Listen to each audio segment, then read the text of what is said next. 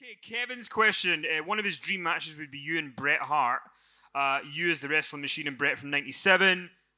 What do you think about that as a match? Because you've said before you wanted that match. Yeah, that's the one match that I always wanted to have. I always dreamed about it. I actually called Bret Hart in 2002. This was after he had the stroke, unfortunately. It's not funny, but I'm like, hey, Bret, you want to wrestle WrestleMania? Come on, let's go. He's like, Kurt, in case you didn't know, I just had a stroke. But no, seriously, this is probably a year after. And I called Bret and I said, I would love to wrestle you at WrestleMania. And he said, Kurt, go yourself. No. He said, listen, I can't do it. And I said, why not? He said, I can't explain to you, but I can't do it. I wish I could, Kurt, but it's not possible. And I understand now because I'm in a position now where I'm actually too old to wrestle and too banged up to wrestle. And if someone asked me to come back at WrestleMania, of course I do it. No. No. I was kidding. Please.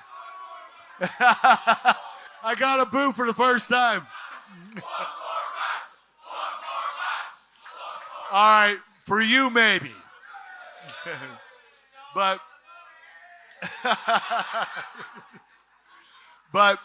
what the was I talking about?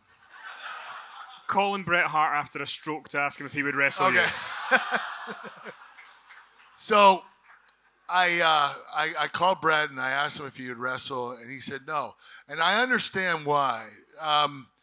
He knows he can't have the Bret Hart match that he dreamed about. He knows that he can't be the Bret Hart that he expects to be in that ring because he did get a concussion from Goldberg, and then he had the stroke. Yeah, boo, Goldberg, that's right. Yeah. Bret Hart, man, the best wrestler in the world, best wrestler ever, best in-ring performer I've ever seen. There's only one other person I put up there with him, and that's Chris Benoit. And but Bret was the man. I mean, I watched tapes and film of him over and over again, and I was absolutely in love with the guy. Not in a gay way, but I was in love with him. I really was. I thought he was the best wrestler I've ever saw. He pulls Edge into the office while I'm in there, and he says, okay, Edge, we're going to have a Judgment Day. We're going to have a hair versus hair match, you versus Angle, and I want Angle to go over by tap out, and he's going to shave your head. And Edge's face just went